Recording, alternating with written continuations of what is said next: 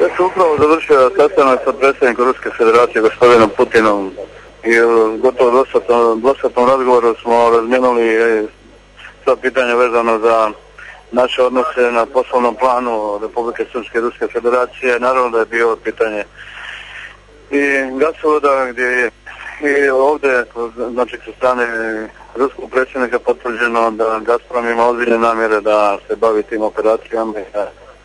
Sutrašnji sastanak sa generalnim direktorom gospodinom Millerom koji imamo ovdje u Sankt Peterburgu sigurno će pomjeriti stvar i dalje ka definitivnom rješavanju tog pitanja.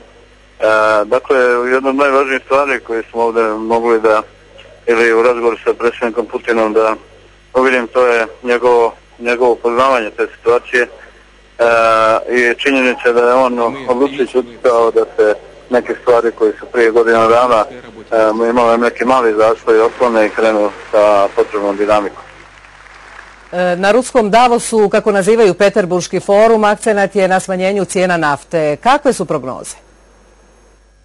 Očigledno je da će zemlje kao što Rusija, koja je jedna od najvećih proizvođača sirove nafte, zaštiti svoje potencijale, a pogotovo od nekontrolisane emisije eura i dolara. To je nešto što je osnovna poruka upravo koju smo mogli ovdje da čujemo. Oni ne žele da izgube vrijednosti koje su nesumnjivo prednost u globalnom svijetu, a to je ogromne nalazište energenata razne vrste ovdje na prostoru ove zemlje.